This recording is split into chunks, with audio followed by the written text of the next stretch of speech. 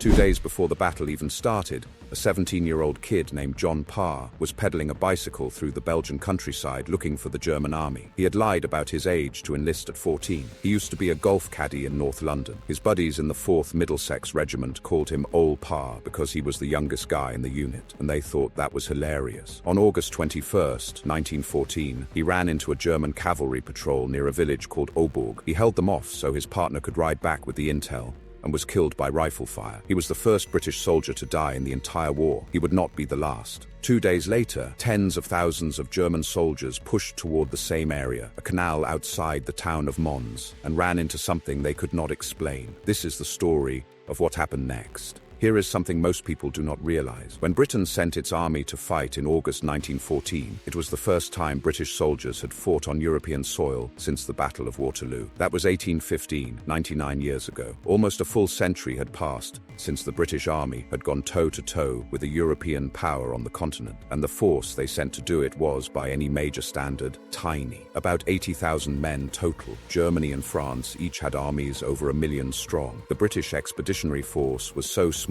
that German high command barely bothered to factor it into their plans. Some German officers did not even know the British had landed in France until their own scouts started getting shot at. If you want more stories about weapons the experts got completely wrong, subscribe to Timeless Arms and drop a like on this video. But small and weak are two very different things. Every one of those 80,000 men was a volunteer professional. Career soldiers, many with 7 to 12 years in uniform. They had fought in South Africa, India, Egypt. These were men who had chosen the army as a job and spent years getting extremely good at it. Unlike the massive conscript armies of France and Germany, where men served a short stint and went home, British soldiers stayed in. They drilled, they deployed, they fought, and they came back and did it again. And the thing they were best at, the thing the British Army cared about more than almost anything else after 1902, was shooting. Here is why. In the Boer War, the mighty British Empire got humbled by South African farmers. Guys on horseback with Mauser rifles were picking off British soldiers from range and making the most powerful military on the planet look amateur. The British took that personally. After the war, a man named Lieutenant Colonel Norman McMahon, who had served in South Africa and seen the embarrassment firsthand, became commanding officer at the School of Musketry at Hythe in Kent. His fellow officers gave him a nickname, the Musketry Maniac. McMahon did not care. He rebuilt the entire British marksmanship training program from scratch, and in 1909 introduced a new set of musketry regulations that would change everything. Under his system, every single infantry soldier, not just elite units, every soldier, had to be able to put 15 aimed rounds per minute onto a target at 300 yards. If you scored high enough on the classification course, you got rated as a marksman, received a crossed rifles badge on your sleeve, and earned an extra 6 pence a day. That matters when you are making a few shillings a week. It literally paid to be a good shot, and the men took it seriously. By 1914, some battalions had over 50% of their troops classified as marksmen. The tool they used to do all of this was the short Magazine Lee-Enfield Mark III. If you have ever handled one, you already know there is something about this rifle. The whole design was built around speed. The bolt throw, the motion you make to cycle the action and chamber a new round, was 60 degrees. The German Gewehr 98 needed 90 degrees. Sounds like a small difference until you are doing it 15 times in 60 seconds, and every fraction of a second counts. The Lee-Enfield used a cock on close design, meaning the mainspring compressed on the forward stroke of the bolt instead of the rearward one. The result was a cycling action so smooth that experienced shooters described it as almost automatic. Your palm rolls across the bolt knob. The action opens and closes in one fluid motion, and the rifle barely leaves your shoulder. The magazine held 10 rounds, loaded from 2 5-round stripper clips pressed down from the top. The Gewehr 98 held 5. So in a sustained firefight, you are reloading half as often. The rear aperture sight was quicker to pick up a target with than the blade and notch system most other armies used. Your eye naturally centers through a ring, which makes acquiring a target faster, especially under stress. And the .303 British cartridge was consistent, accurate, and lethal at the ranges that actually mattered in combat, 200 to 500 yards. Now, other countries had good bolt-action rifles too. The Gewehr 98 was arguably more accurate at extreme distances. The American Springfield 1903 was a beautiful piece of engineering. Every major power had solid hardware. The Lee-Enfield had a real edge in speed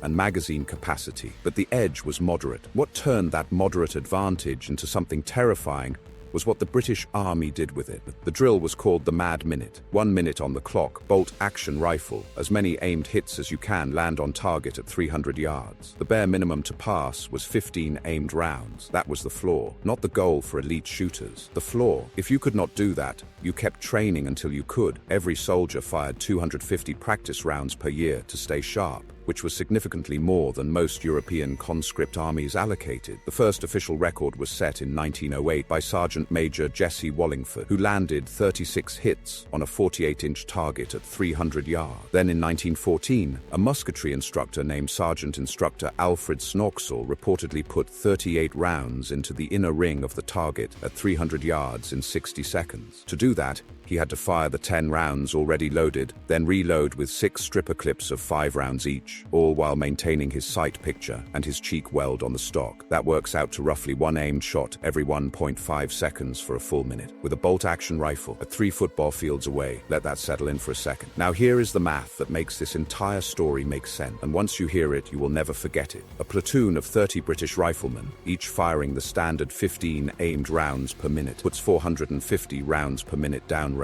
A Vickers machine gun of the same era fired between 450 to 500 rounds per minute. The volume of fire is identical. The sound is identical. The effect on your body if you are standing in the open is identical. From the receiving end, there is no way to tell the difference. You hear a continuous wall of aimed gunfire. Men around you are dropping, and your brain fills in the only explanation that makes sense: machine guns. August 23, 1914 was overcast. The British Expeditionary Force had dug in along the northern bank of the Mons to Condé Canal. Bridges had been prepared for demolition. Fields of fire were clear. The men were in position. And right here is an important detail that makes everything that followed even more absurd. The British had not been expecting to fight a defensive battle at Mons at all. Field Marshal Sir John French, the BEF commander, had actually been planning to advance further into Belgium. It was only when he learned that the French Fifth Army on his right had been stopped at the Battle of Charleroi that he realized his small force was now sitting directly in the path of the entire German right wing. So the defensive positions along the canal were improvised. These were hasty field fortifications, not some elaborate prepared kill zone. The Germans would later report that they had attacked heavily fortified machine gun positions. The positions were barely dug in.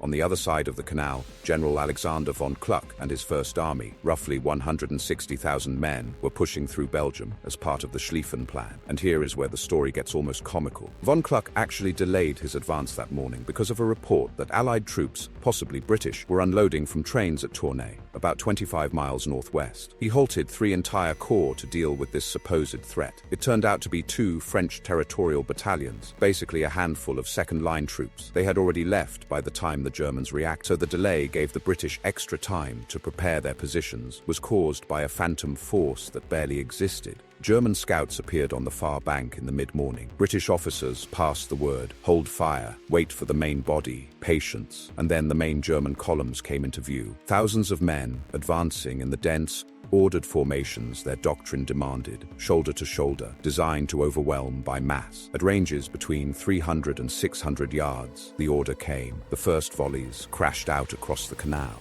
From the German side, the effect was immediate. The volume of incoming fire was staggering. Men fell in clusters. Entire files went down before anyone could identify where the shots were coming from. The advancing formations, designed to look intimidating and overwhelming through sheer mass, became the worst possible shape to be in under aimed fire. Every bullet had somewhere to go. The sound was continuous, rolling, relentless, with no pauses, no gaps, no let-up. German officers halted the advance and sent reports up the chain. Heavy machine gun fire from fortified and concealed positions. They called for artillery to suppress the machine gun nests. That was the logical conclusion. That was what the fire sounded like. That was the only explanation that made sense to trained soldiers who had heard machine guns before and were certain they were hearing them now. Except the BEF at Mons had roughly 2 machine guns per battalion, about 80 Vickers guns across the entire front. The volume of fire the Germans reported could not have come from 80 machine guns spread across a wide frontage. It came from roughly 1,600 professional riflemen per brigade, each putting 15 or more aimed rounds per minute downrange. The aggregate fire was mathematically equivalent to hundreds of machine guns. The Germans were not stupid, they were not cowards, they were professional soldiers making a reasonable assessment based on their experience. Their assessment just happened to be completely wrong. They regrouped and came again. Fresh waves, this time with artillery support aimed at those phantom machine gun nests. They tried to force crossings at every bridge, every fordable section of the canal. At each one, they hit that same wall of rifle fire. The British were doing exactly what McMahon's training had prepared them to do. Methodical, relentless, professional. Brass piling up at firing positions, stripper clips going in, bolts working in that smooth 60-degree rhythm. By the end of the day,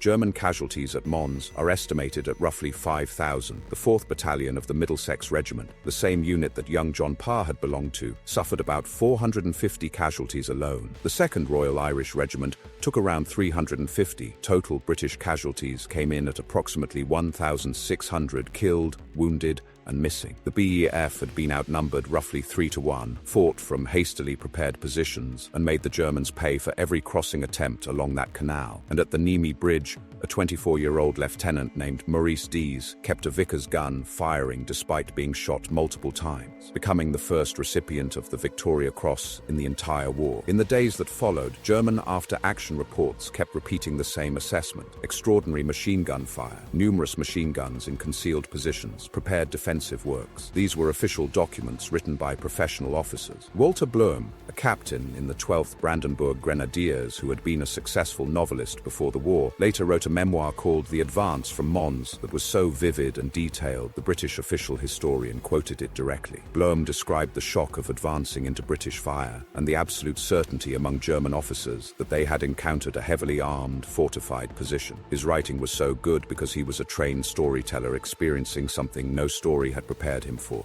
The confusion stuck. German tactical adjustments after Mons reflected a force convinced it was facing a heavily mechanized enemy. They started advancing in more dispersed formations. They allocated extra artillery to suppress positions they assumed held machine guns. They changed how they planned attacks and distributed supporting fire. The myth of British machine gun density persisted well into the autumn of 1914. Despite everything the British accomplished, they had to retreat. French forces on their right flank were falling back, and staying at Mons meant being encircled. The Great Retreat began that evening, and here is the part that breaks your heart a little. The men of the BEF were furious about the withdrawal. They believed they had fought the Germans to a standstill and could not understand why they were marching away from a position they had held all day. None of them could have guessed they would be marching for the next 2 weeks, covering over 250 miles to the River Marne. At Le Cateau on August 26th, 3 days later, British rear guard units fought another holding action, and once again their rifle fire inflicted casualties completely out of proportion to their numbers. Every time the Germans pressed too hard,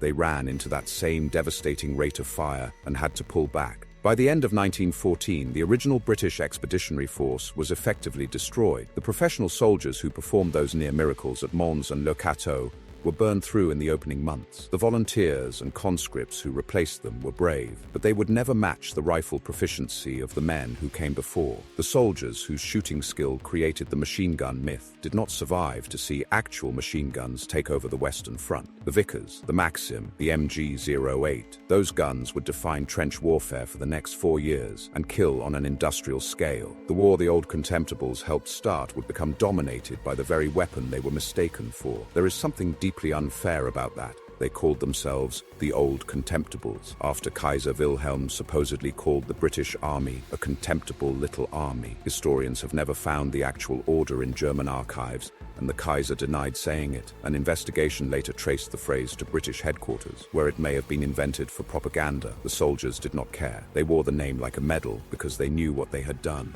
The Lee-Enfield went on to serve through both world wars and well beyond. Over 17 million were produced. It saw action in North Africa, Burma, Normandy, Korea, and dozens of conflicts across the former British Empire. Indian soldiers carried Ishapur-manufactured versions. Australian and New Zealand forces took them everywhere from Gallipoli to the Pacific. The Canadian Rangers carried them on Arctic patrols at -50°C until 2018, because the action's looser tolerances kept it running in cold that would freeze a modern rifle solid. A design from the 1890s, still in active military service 120 years later. Somewhere the musketry maniac is smiling. And the story of Mons produced one more strange detail. After the battle, Rumors spread through the British ranks about angelic figures, medieval longbowmen, even St. George on a white horse peering between the lines to protect the British soldiers. The Angel of Mons became one of the most famous legends of the war. It was eventually traced back to a short fiction piece by a writer named Arthur Machen, published in the Evening News in September 1914. He insisted he made it up. Thousands of exhausted, traumatized soldiers insisted they had seen something. No veteran ever left a first-hand account confirming the angels. But the myth survived, because after what the BEF did at Mons with nothing but bolt-action rifles, maybe people needed a supernatural explanation. The real one was hard enough to believe. Remember John Parr, the kid on the bicycle? He is buried at St. Symphorien Military Cemetery, just outside Mons. The Germans built it, and they buried British and German soldiers side by side. Directly across from Parr's grave, 7 yards away, lies Private George Ellison, killed at 9:30 in the morning on November 11th, 1918, 90 minutes before the armistice. Ellison had fought at Mons in 1914 and survived the entire war, only to die in the same town where it all started. The first and last British soldiers to die in the war, facing each other across a small patch of Belgian grass, separated by 4 years and roughly 880,000 Commonwealth dead. The war started and ended in the same town, and neither man lived to see the other side of it. If you want the full story of the Lee-Enfield, we have covered that, and if there is a battle or weapon that deserves this treatment, drop it in the comments. Also subscribe so you do not miss the next one when it drops.